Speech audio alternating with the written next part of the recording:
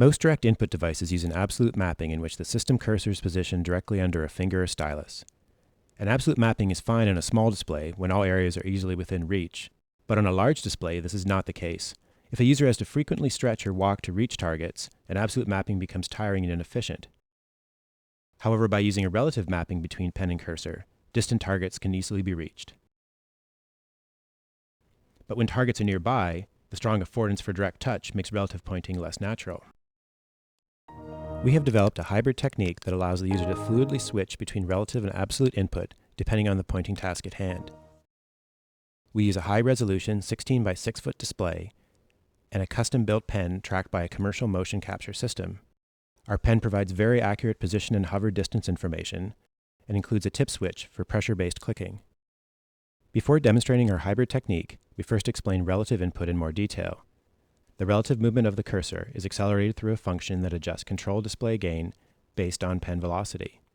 This provides fine control with slow pen movements, yet enables the cursor to be sent across the display with a fast movement. Clutching is accomplished by simply lifting the pen off the display surface.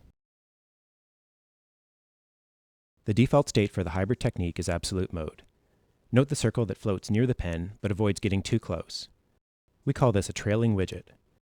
Its viscous dynamics keep it out of the way when pointing at targets, yet a quick deliberate movement can trap it. The trailing widget is used to switch from absolute to relative mode.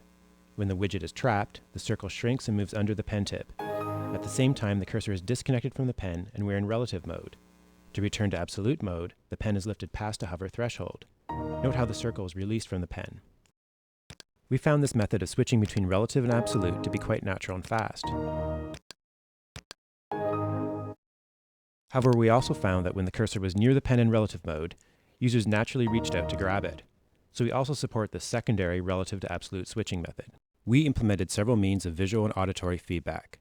To communicate pen distance, the cursor fades out when the pen is off the surface and dangles if the pen is far away. When in relative mode, we display a partial line between the pen and the cursor. This reminds the user what mode they're in, and the length and direction of the line also helps locate the cursor.